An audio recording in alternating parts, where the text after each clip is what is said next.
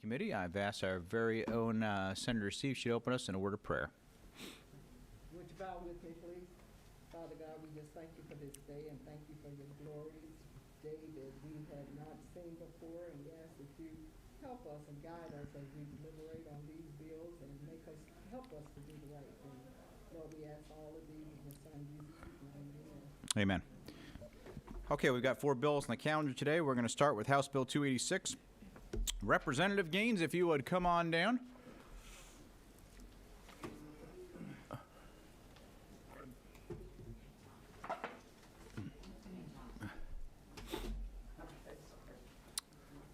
As you see, Tom, down there, we do have a sign-up sheet if you want to speak to bills. We are going to be pressed for time today, so we're going to have everybody in a little bit of a shot clock when they speak. So if you could be very succinct and to the point, and I'll recognize Representative Gaines for House Bill 286, which everyone should have in their folder right now. You should have LC 471018S. Please. Thank you, Mr. Chairman and members of the committee. Good to be with you this afternoon.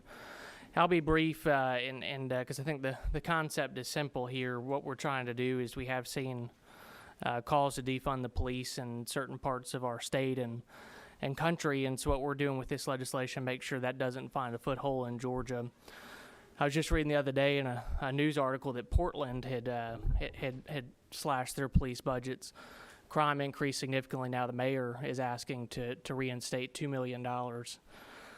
And Minneapolis did something similar where they slashed their police budgets. Now they're looking at finding a way to address crime, an increase in crime, and looking at going back and reinstituting funding. And, it's good that they're reversing course, but think about all the crimes that have been committed and the lives that have been lost as a result of those reckless decisions by those local governments. And so what we want to do is make sure that doesn't happen here in Georgia. And that's what we're doing with House Bill 286, which would prohibit local governments from cutting more than 5% of their police budgets.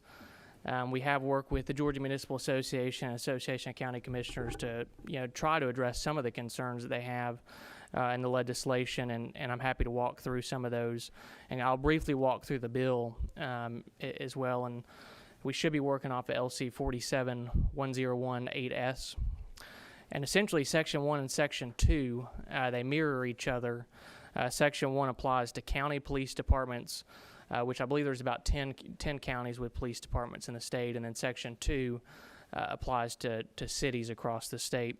Section 1, and what we've done as well is we want, if a local government has a responsible need to reduce spending, we've worked to capture those needs. So, for example, lines 21 to 26, which is if revenues for a city or county were to decrease by greater than 5%, then that city or county could reduce spending up to the percentage loss in revenue. Lines 27 to 32 is where we're, if a city or county is to make a one-time large expenditure, so that following year that would not count against them to go back to the initial level of spending. One of the changes from the House version is on line 28, where we added capital public safety facility, and that was something that again, we heard from local governments, and I certainly concur with them on that. Lines 33 to 37 would be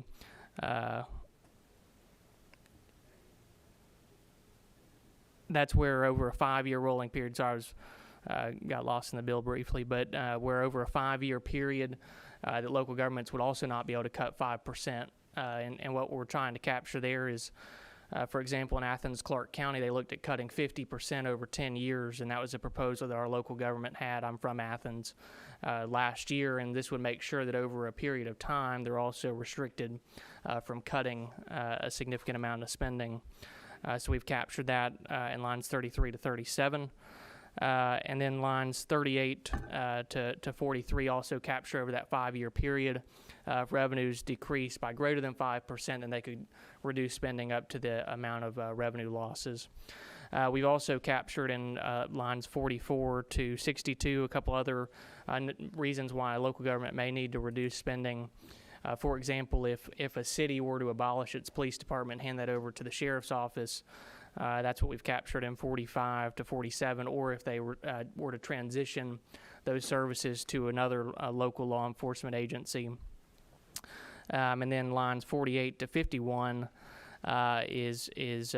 we're capturing where if there's a court order to add a new service, so if it requires a county or city to do citywide budget adjustments, that's what we've captured there.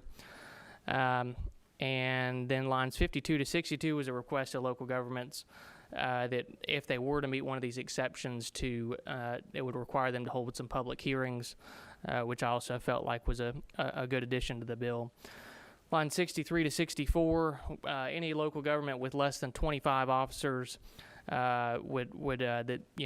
bill would not apply to. What we're trying to do there is if you got a really small city or county police department that we feel like, again, one officer or a couple officers could make up that percentage loss. And so we're trying to make sure that we're addressing those concerns of local governments.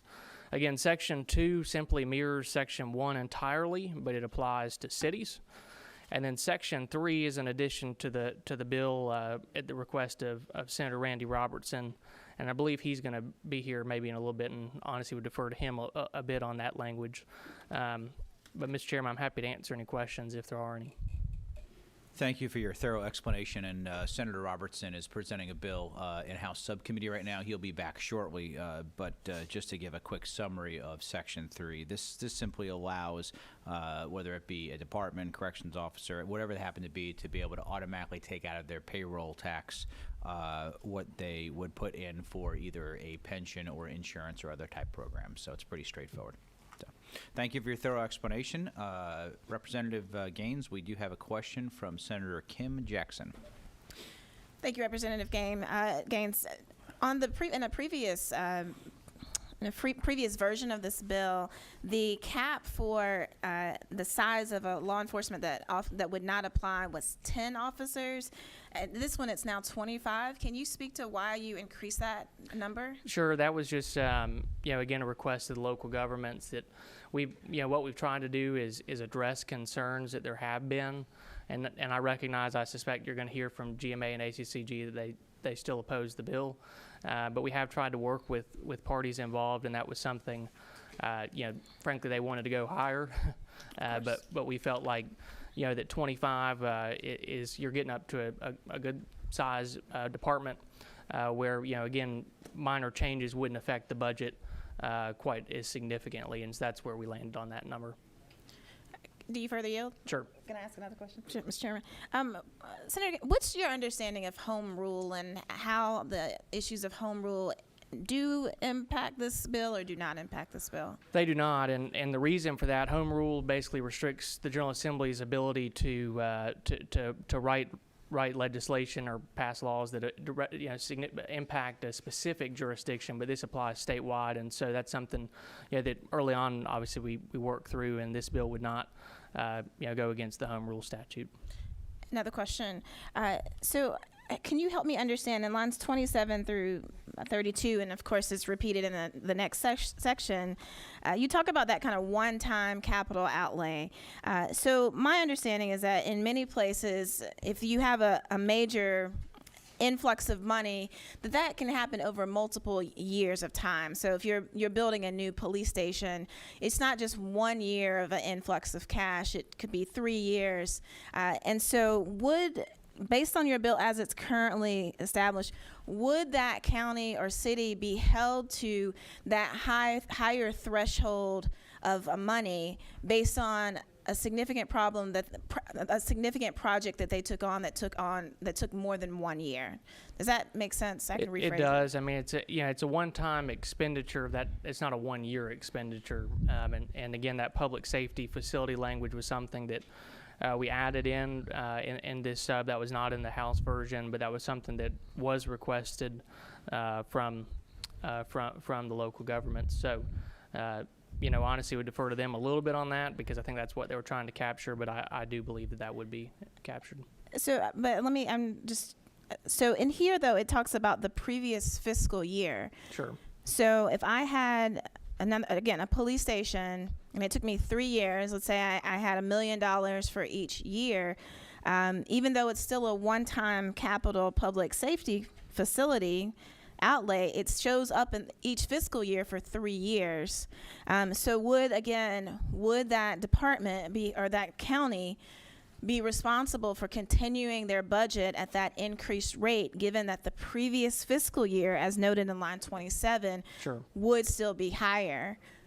As I understand it, they would still be covered under the original fiscal year, where we're talking about they would be working against. So I do believe that would be captured in the language that's here, because it's a one-time capital expenditure. I understand what you're saying with the fiscal year, but I do believe that would be covered. And I'm open. Is there anything I understand I'm that's your open to- intent? Yeah, but Yeah. is there something in the bill that actually assures that for us, that a county I mean, wouldn't if you be have held? some language you'd like to propose on making that a little more clear, I'm open to that. But I think it's already captured and covered. Representative Gaines, you said you got that language from someone else. Is that from either GMA or ACCG or? GMA was the one who asked for public safety facilities. So again, I Okay. would honestly probably defer to them. Well, if that's, we have representatives from them here. I see Mr. Gell back there, so perhaps when he comes up to talk, he can Sure. shed some light on that for us. Thank you. All right, I've got a question from Senator C. Thank you, Mr. Chairman. My question is, a lot of what I started hearing about defunding was as a result of mental health crises.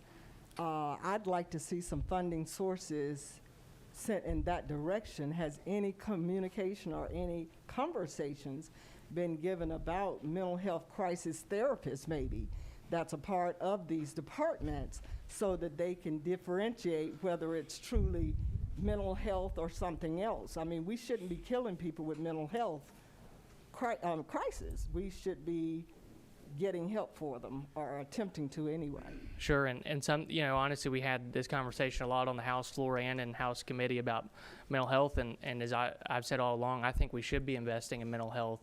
I think that's something that, and in fact, the current budget, the FY22 budget, $60 million going to DBHDD, I think those are things that we need to invest in. What I don't think we can do is put families at risk and put public safety at risk. I think we invest in mental health, but we also make sure we adequately fund law enforcement. So I agree with you on making sure we invest in mental health. And that's why I was mentioning the Sure. therapist part of the whole Yeah, team. sure. Yes, sir. Good point. Question from Senator Lee Anderson. Representative, I don't believe it is, but I just want to make sure. It's nowhere in the bill that where if a county or city wanted to increase their law enforcement, they can, Absolutely. by all means, they can do it. Absolutely. Okay, thank you. Thank you. Okay, any other questions from the committee members? I'm sorry, Senator Jones, you're next. Thank you, Mr. Chair. Just asking on the page 3 where you have the line 63 through 64, how many more counties do you know would be exempt by changing that language to less than 25? And then what was the purpose behind changing that number from the 10 to 25? GMA can probably give you a little bit better explanation on specific numbers. They did send over a list of different cities and counties. County-wise, I don't know that it would exclude very many, because most of the counties, there's only 10 counties that have a police department. I believe 10 is the number. Is that right? And so on the county side, again, what we're trying to do there, the ask was again an even higher number, but we felt like, that we were meeting in a place where, really small departments, again, we don't want to restrict those in a way where one officer, a couple officers may make up that 5%. So we felt like once you're getting above 25, again, we're getting to a size where it's important that we keep them in this legislation. Any other questions, Senator? No. Okay, great, thank you. Senator Jackson, again. Once again, thank you. Just a question. Is there anywhere else, and I don't actually expect you to know all of Georgia code, but just off the top Well, of thank your, I don't either. This is going to help me know. Is there any other place in the Georgia code in which we put caps, budgetary caps or limits on specific county departments or city departments, for that matter? Does that exist in anywhere else in our code? I honestly, I'd hate to tell you an answer and tell you wrong. I will tell you, sheriff's departments under case law in Georgia, as a constitutional officer, they already have the ability to go to the courts, and if they feel like they're not getting adequate funding, they already have the ability to go and seek and make sure that they have adequate funding to provide law enforcement. But to your question, I'd hate to give you an answer and give it to you wrong. So do you, have any concern about the precedent that this might set for us as a legislative body being able to go into, this is very specific, it's to a department within a city or a county, and telling them that they can only operate within these constraints, and not just for 1 year, but I think the math here is that they can't decrease for 5% over a 5-year period. So, would this allow me, would I be able to make a similar bill in which I said that you could not decrease the spending, or that you had to increase spending on public health in your county every year by 5%? Does this bill allow me to start? Does this bill establish that kind of precedent where we can start saying to specific departments across our cities and counties that you're going to have to spend your money the way we want you to? Well, I think where this bill came from was a precedent that we have local governments that have gotten out of control and are proposing measures that are going to put lives at risk. And I think that for me, I think the role of the General Assembly is when you have local governments that are putting our families at risk. Proposals again to cut 50% of the police budget in Athens. I do think that's a position where the General Assembly has to step in, and so that's why I brought the bill, and I think it is an important measure that is going to keep families safe. And I think that is of utmost importance for local governments and for the state government to make sure we're keeping our families safe. And so that's why I brought the bill. Can I ask one final question? It'll be my final. How did you come up with the number 5%? Why 5% when the example you keep giving us is 50%? So how did you come to that low number of 5%? Well, 5%. That's still pretty. That's still because Clark County's proposal was over a 10-year period. So 5%, and that's why we've captured the over 5 years that we're making sure we're not cutting greater than 5% as well. And so we feel like that's a number that allows local governments, if they need to make changes in their budgets, that still gives them the ability to do so while making sure that just slashing police budgets doesn't happen. And so that's the number we felt like was appropriate, and that's why we use that in this bill. We're going to hear from Senator Harper, then some witnesses. Go ahead, Senator Harper. Thank you, Mr. Chairman. Just really quick, Representative Gaines, a couple of questions, if I may, Mr. Chairman. Do you agree that one of the fundamental roles of government is to provide safety and security to its citizens? Absolutely. I think it's the most important role of local governments especially. Do you agree that that this General Assembly in the state of Georgia has a unique responsibility ensuring that's the case for all of its citizens across the state? Absolutely.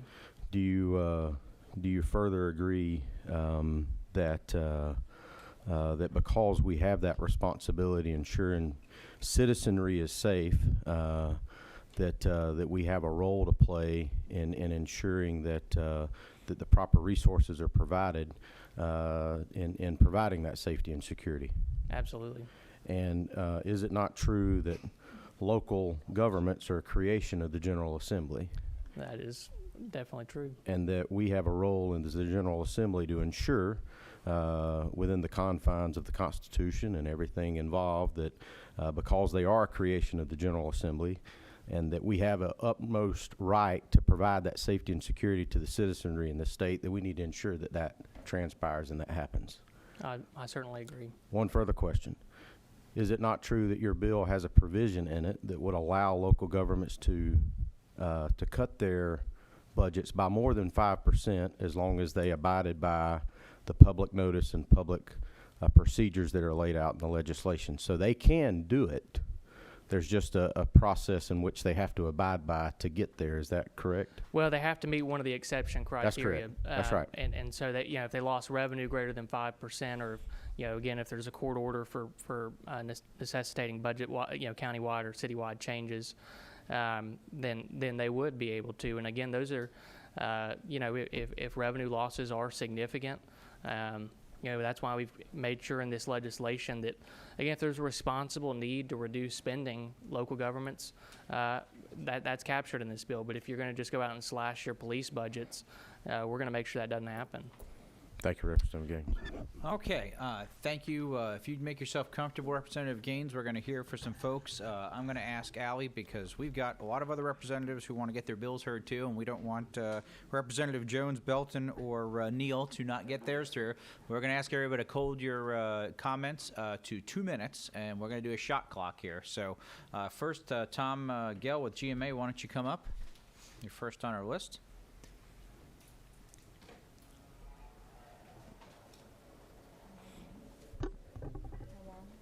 .2 minutes.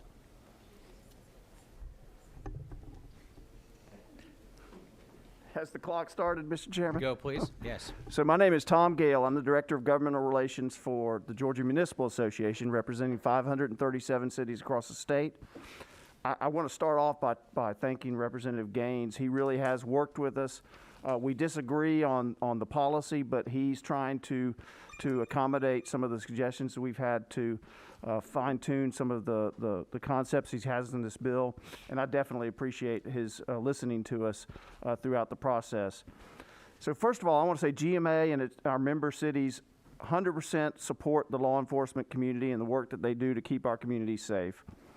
But GMA is against House Bill 286. While a few local governments across the nation have taken actions to repurpose funds for police, in Georgia, only a very small number have even had discussions about possibly reimagining public safety in their communities. The overarching principle here is that the General Assembly shouldn't be telling locally elected city leaders how to appropriate funds for any type of local government function. And I imagine that members of this body would probably take exception if the U.S. Congress started telling you all how to appropriate your funds. I think that just happened, but keep going. I don't need to remind you. I'll give you an extra 5 seconds for that. Keep going. So in conclusion, we do have a number of concerns about this. This is a step beyond a mandate. This is a step in potentially micromanaging some of the decisions of locally elected officials. And I'll be happy to try to take any questions if there are any. Well, actually, I'd like to just, if you could, address what Senator Jackson was inquiring to Representative Gaines on line 27 about the concern for one-year capital purchases. Yeah, our intent, we didn't want to have the unintended consequence of a local government deciding not to make investments in new police cars, in body camera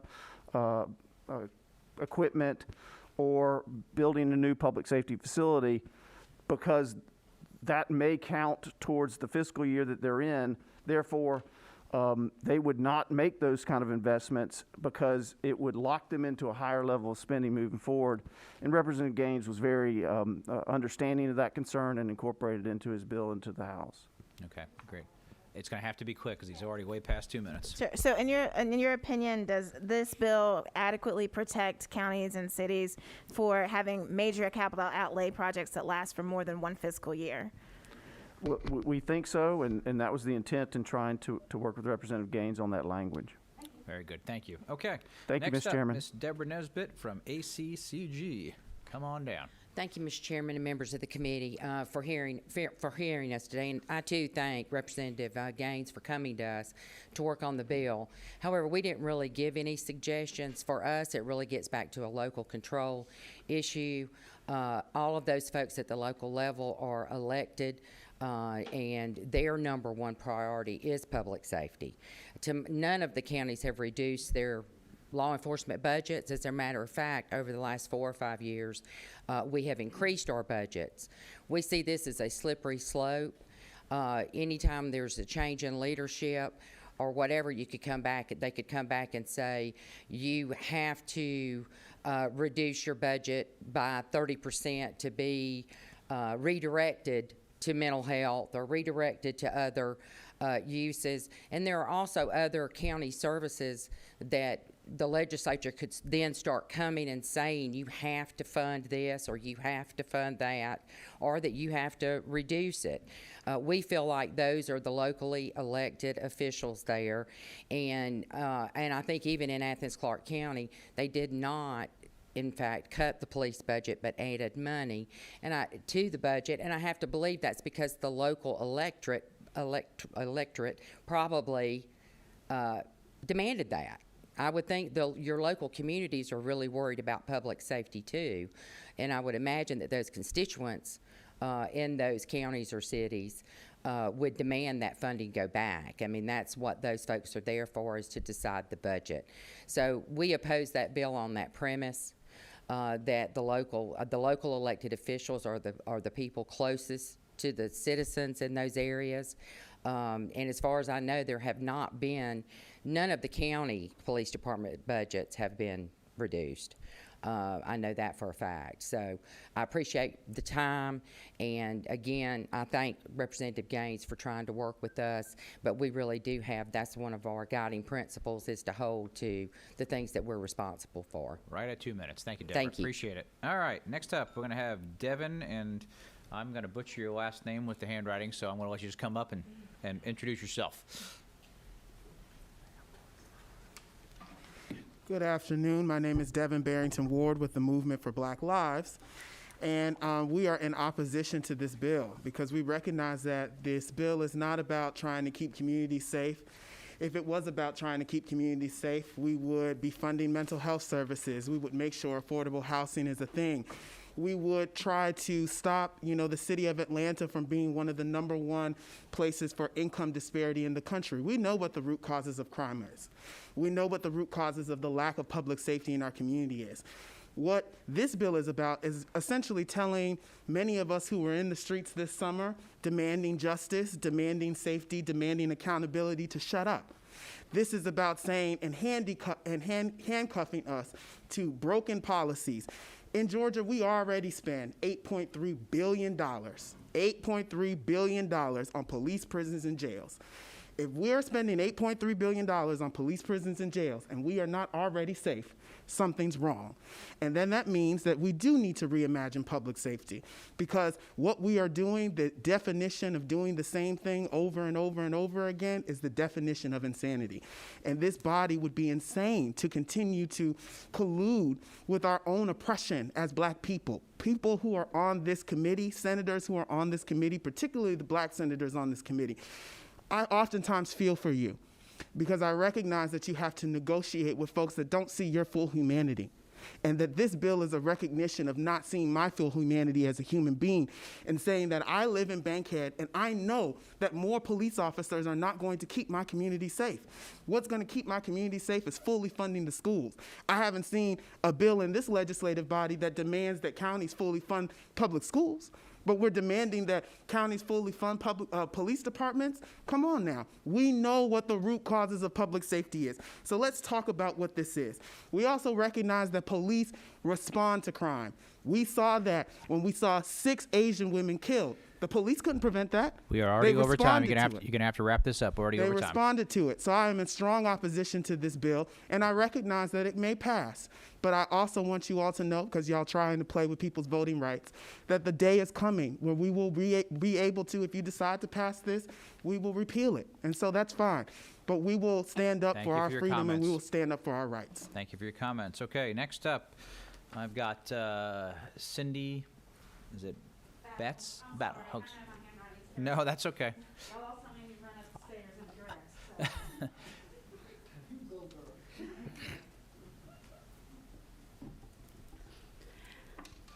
Good afternoon, committee members. My name is Cindy Battles, and I am the Policy and Engagement Director with Georgia Coalition for the People's Agenda. But the person who wants to speak today, I am the granddaughter of a deputy sheriff. My aunt is the retired magistrate judge in Jones County. I worked for the Department of Corrections. It didn't work out well. I probably shouldn't have mentioned that. I understand the language and the people and what you guys are hearing, so that you've decided to put this bill forward. But here's what I also know. When we're talking about redistributing the police budget to other services, we call that defunding the police. When you're talking about redistributing funds from education, you call it school choice. The difference is that police budgets are all often overfunded, whereas education is not. We've cut public education repeatedly. In the last 19 years, it's been fully funded once. Here's why that's important. Here is why taking money from the police and putting it into something else public safety-wise is important. My son got home from the Marine Corps when he was 22 years old, and he had fully intended to renew his contract but couldn't because of an injury. He had no idea what he was going to do with his life, and it put him in a depressed state. I had to call the police on my 6'4" white son, and let me let you know, I know that I am lucky that my 6'4" son is a white kid and not a black child. Do you know who they sent out? They sent out a police officer. And I kept telling 911, he is not a danger. He is not a danger. He has a knife and a coat and a noose. I know, but he is not a danger. Please don't hurt my son. He is going to kill himself. They didn't have mental health services because we don't fund mental health services because 30% of a local municipality's budget goes to the police, not You're going to have to mental wrap up. We're at 2 minutes. So luckily, the police officer was a former Marine as well. But this is why I'm asking you not to pass this, so that we have the money to fund mental health to help people like my kid. Thank you for your comments. Next up, I've got, is that Chris? Chris Bruce. Bruce, yes. Come on down. Sorry. Well, it's, handwriting's a little rough. You may want to go become a doctor. Works like that sometimes. Mr. Chairman, Christopher Bruce, the political director of the ACLU of Georgia. Good to see you and all the senators here. By limiting the ability for local governments to enact police reform and accountability through reductions in police budgets, House Bill 286 stands in the way of one of the most meaningful methods of police reform, and in turn stands in the way of the ability for local governments to work towards fulfilling the promise of this nation, dealing with life, liberty, and the equality and opportunity for all. We are here today flabbergasted when we're talking about local control. I come from the ACLU of Georgia, an organization that believes in the Constitution of the United States and believes in the people who are able to make choices for their own communities and their own governments. And within that, we're dealing with public safety. If people do not like the way that public safety is going within their communities, they have every right to vote out their mayor, city council members, commissioners, sheriff, or anyone else. That is their responsibility. That is their duty. If you're taking that away from the people, and that's what we're talking about, the people, then it's flying in the face of our constitutional duties that we all have sworn to uphold. Senator Kim Jackson has specifically talked about the way that budgets are going and the procedural harms that this bill could actually do, as well as the precedents that can happen within it.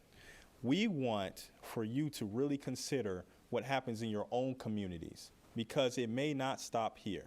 And again, as pointed out by others here, there are other places that we want to make sure that are fully funded before we're talking about the police. The last point I'll end on is the best bang for your buck.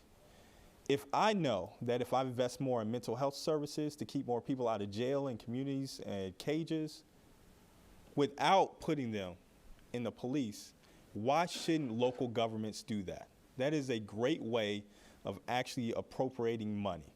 I will repeat, if there is another method of increasing public safety, then we need to take that instead of just investing it in the police. Chris, thank you so much. Right on 2 minutes. Well done. Appreciate that. No, I'm good. And I've got what? Well done. We had one person who asked to be dialed in. This will be the last people who signed up for testimony. So if you give me one moment, we're going to dial in Levita Tuff.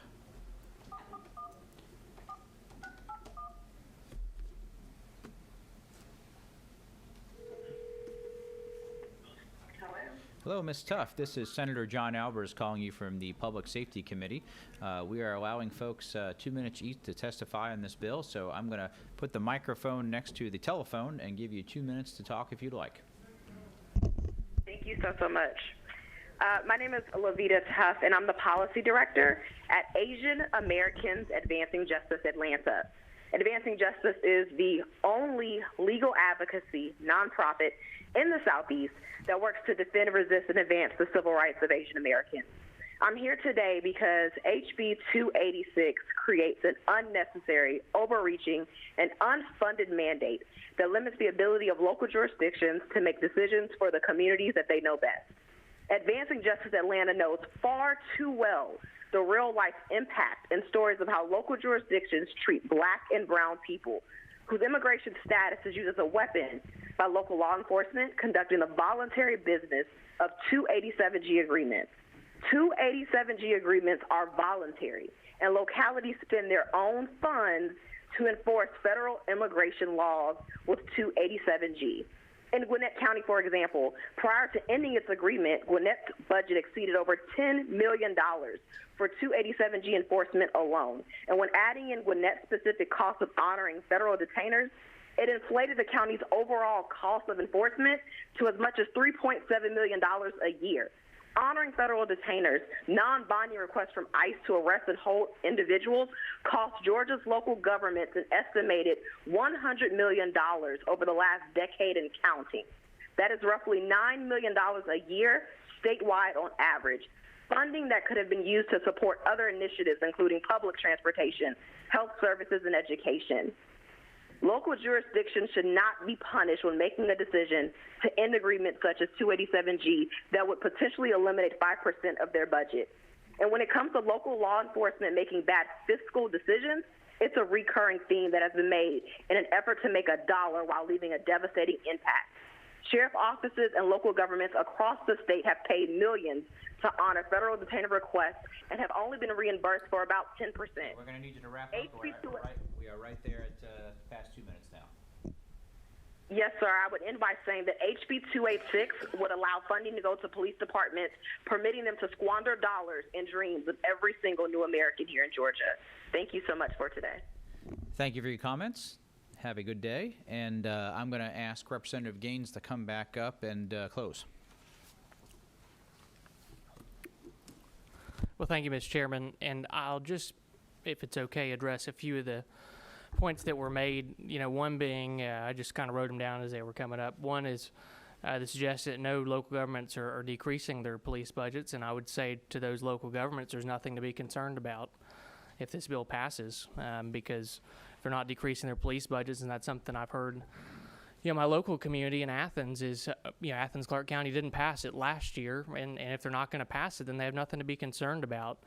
But it does seem like there's concerns with those local elected officials, and my expectation is that's because they're considering passing that. So that's something that I would say in response to that. You know, I know there was a question of federal government, if the federal government came in and told the state what to do, and obviously we are upset about what the federal government said in their big bill restricting or the state from cutting taxes. But you know, as Senator Harper pointed out, the state came before local governments, and the state also came before the federal government, and help. So I think that analogy is not one that applies to this situation. You know, in terms of mental health, again, as I said earlier, that's something that I think that we should invest in, and that's something I would certainly support continued investment in. And I also think, we're talking about what we're seeing with with law enforcement. We need more money for training. We need more money to increase the pay of law enforcement officers. I think that will is something that we can all support. And I think these local governments that are looking at slashing police budgets, that's only going to make the most vulnerable more at risk. And so I think that these calls to defund the police, last year, again, going back to the point of saying this isn't happening. Well, in the city of Atlanta, it only failed by one vote on the city council to cut $73 million from their police budget. And so this is an issue that we need to address and make sure that we're keeping families safe. And so, Mr. Chairman, I believe this is an important measure. And honestly, it shouldn't be partisan. When I've been back home and had folks come up to me talking about this bill, it's been across the political spectrum in support of the measure, because this is not a partisan issue. Republicans, Democrats, everybody wants good law enforcement. And so I've been really pleased at the response we've had. And in the House, we did get some bipartisan support on the measure. And so this is something that should not be partisan. It's the right thing to do. I think it's going to keep families safe in our state. And so, Mr. Chair, I might ask for the committee's favorable consideration. Thank you. Appreciate it. I know there's a lot of testimony. Appreciate everybody's time and candor. At this point, we'll take this back to the rest of the committee. You can take a seat, Representative, and I will open it up to the will of committee. Well, Senator Payne beat you, so Senator Payne, I want you to go first. I motion do pass from Senator Payne. You had your light on, though, Senator. I'm just wondering, since Senator Robertson is here, if he could speak to Section 3, because nobody was able to say anything about it. I actually did, but in the beginning. But I'll tell you what we'll do. We'll give him a second. We go into discussion, if that's okay. All right. So I've got a second from Senator Lee Anderson. Now we'll go to discussion. We're going to recognize Senator Robertson about Section 3, which I gave a very high-level review, but I know you'll know it better. I think all Section 3 does is it gives the public safety officers that are out each and every day coming in contact with citizens, it gives them an opportunity. Every municipality, for the most part, in the state of Georgia requires that their employees do direct deposit, so their monies automatically are deposited. And then they're able to do, in my community, Aflac's a big part of it, and other types of insurance and everything. So all we're asking for is an ERISA insurance policy that provides officers, if they were to go out and be in a critical incident, with administrative, civil, and criminal insurance, and all it does is pay for an attorney. There's thousands of these types of programs around the country, so just so they don't have to run out and find somebody for the most part. Thank you. I've got Senator C. Just for the record, the version that I had was not the version that we are dealing with today. This is my first time actually seeing this one. This full version that I didn't get this one. We are on LC 471018S. Yeah. I'm clear on that, sir. I'm just saying, initially it was the 5 and other things that were in there. I think the substitute is what I'm referring to. And the difference in the substitute was the language from Senator Robertson in Section 3 that he had mentioned, as well as the other changes that GMA and ACG had requested that was brought up by Senator Jackson. I understand. Okay, thank you. And they are changes, though. That's what I'm saying. That's correct. Okay. Yes. All right, Senator Jackson. I believe there's a Scribner's error, Senator Robertson, in line 156. We probably could fix it offline, but 156, it says within current ERISA standards. I think it's probably the current ERISA standards. No, it should be within. Or within, okay. So there is a Scribner's error there, though. Okay, so we're on line, what were we at? 156. The first two words should be within. Within the current ERISA standards. Would that be the...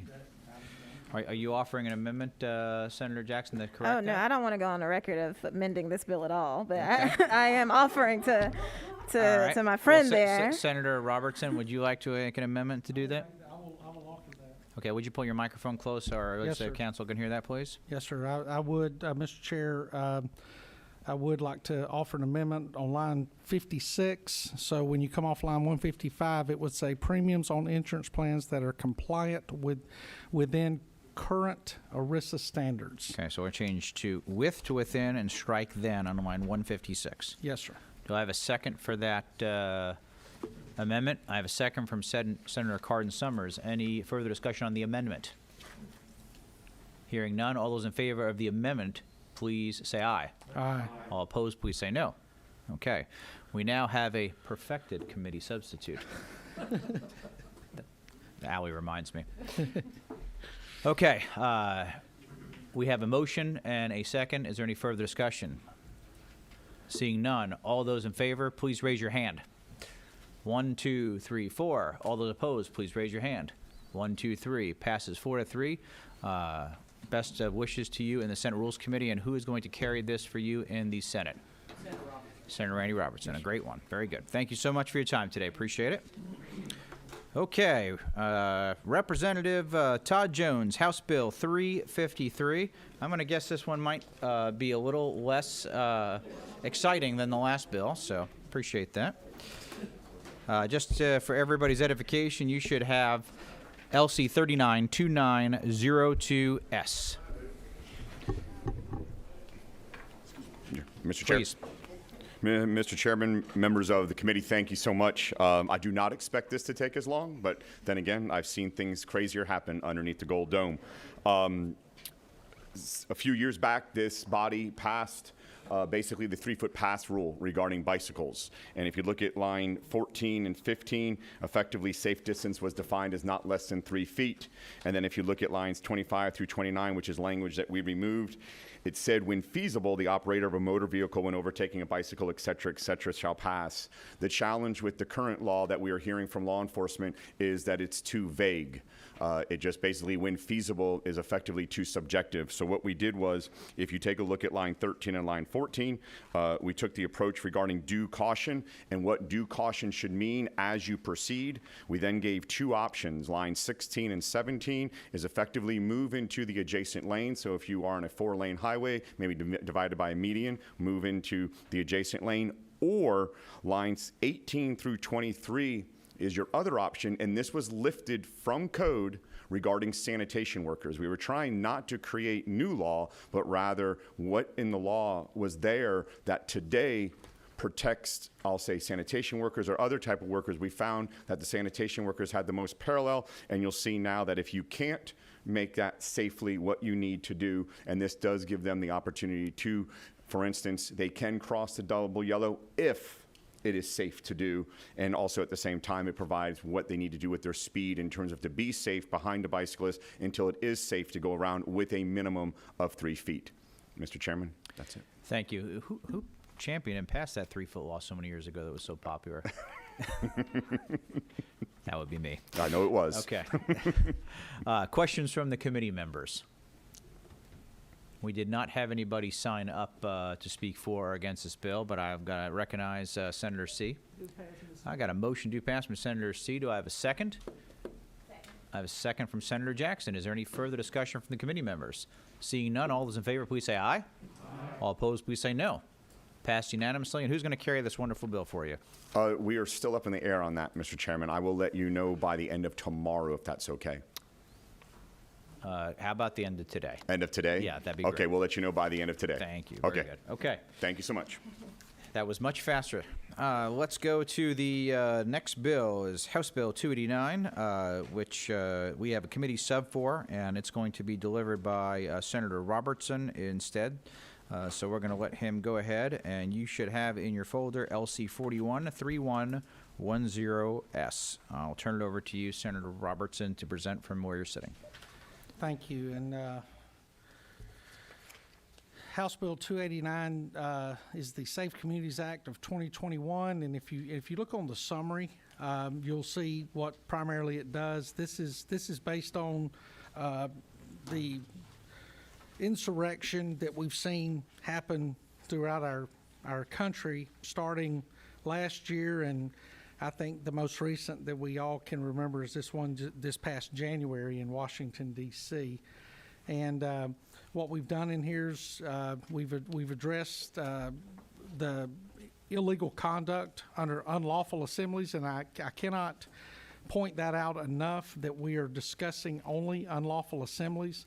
We are in no way trying to limit or prevent any group from having a peaceful assembly or peaceful protest.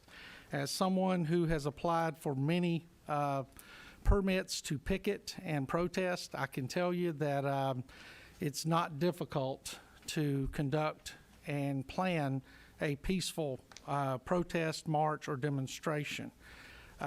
Some of the more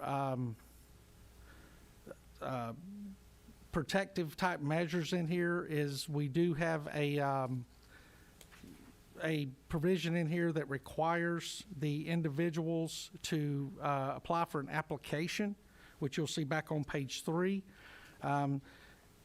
It adds a code section, and what they'll be able to do is the county and the city will establish how it's done, and they can gather information on the protest, not based on necessarily what it's about or any of that. And this all falls within constitutional guidelines of case law that we have researched, but primarily just to make sure that those who are hosting or promoting the demonstration are encouraged to consider public safety measures for themselves to make sure they have traffic vests if they need them, or that they have an opportunity to show the city how safe they're being, and also allow Public Works to have a conversation as far as trash and cleanup. Probably one of the most contentious things that I think anyone sitting here at the table might have some concern with is the civil liability. Last year in Atlanta, we noticed a lot of damage, violence, and other crimes related to the fact that the police chief, along with city leadership, asked the Atlanta Police Department to stand down and not make arrests, which required that state law enforcement had to be brought in to handle a lot of that, even though the city had memorandums of understanding with some other local county governments. Those local county governments chose not to come in due to the fact that the MOU had them in partnership with APD, and they felt that the limits being placed on APD would put their officers and their resources in danger. All this is doing is requiring that municipalities throughout Georgia allow people to go out, express their feelings, whether they're angry with certain conditions within the community or whether they're angry with those that lead their governments, but that they do it in a safe and sound way that does not bring any violence or impact on other citizens, while at the same time protecting small businesses within the community. That the municipality should understand that the individuals and the citizens that pay those taxes have paid for those types of services, and the city should be required to provide those services to the best of their ability. And Mr. Chair, I'll stand for any questions. Thank you, Senator Robertson. Questions from the committee members? House Bill 289. I got a question from Senator Jackson. Senator Robertson, did this bill come before Judiciary Committee? Did something similar like this come before Judiciary Committee? It did. Okay, because I didn't have a chance to review this in advance. We didn't have the substitute, but it was sounding familiar. Yes, ma'am. But my question is, so on lines 77, you said that a person who knowingly participates in an assembly of 7 or more persons, right, and commits violence, shall be guilty of a felony, blah, blah, blah, blah. So are you saying that anytime you have 7 people hanging out together, that makes a protest? No, ma'am, that does not make an assembly. So what makes an assembly? People there with a focused mission. In many cases, if you look at case law, looking at assembly, the World Health Organization and other groups have established it. When 7 individuals or more get together in an assembly and commit violence against a personal property or other within the assembly, they shall be guilty. And I think it's I've had the same kind of questions from others. What we really have to be careful of is losing sight that this is when individuals are going out with some intent. And I know my fellow senator understands that intent is a huge part of criminal law. And so when 7 or more people go out there and they conduct this violence in an assembly, then yes, it would be a felony. And how just as it would be if 7 of us got together and went out and beat somebody up, that would also be a violation of Georgia law. Okay. Yes, ma'am. Other questions for Senator Robertson? Okay, seeing none, what is the will of the committee? Got a motion to pass from Senator Anderson. Is there a second? Second from Senator Tyler Harper. Is there any further discussion from the committee members? Seeing none, all those in favor, please raise your hand. 1, 2, 3, 4, 5. All opposed? 1, 2, 3. Passes, and, well, you're carrying it, so that was easy. All right. And last but definitely not least, my friend from the House of Representatives, please come forward. Representative Jasmine Neal. We're going to give us House Bill 236. It's a great bill. And we are going to be operating off of LC 480909S. Is that correct? That's correct. Thank you. Wonderful. Thank you. Thank you to the chairman and committee. Let me give a little bit about myself, my background. So I'm a former police officer, detective, worked undercover, internal affairs, backgrounds, hiring, fugitive unit for police and sheriff, all the fun stuff. So today, also my bachelor's is in criminal justice as well. Today, I bring to you House Bill 236, which allows for law enforcement security checks for persons who are granted protective orders or restraining orders by a judge at the discretion of the local law enforcement agency. Like one of my colleagues mentioned in the House committee, and it has continued to stick with me, too often people say restraining orders are known to not be worth the paper they're written on. No teeth, they don't mean anything. We can change that today. Too many petitioners who apply for restraining orders in order to seek out peace or safety, only to find that oftentimes it is not enough.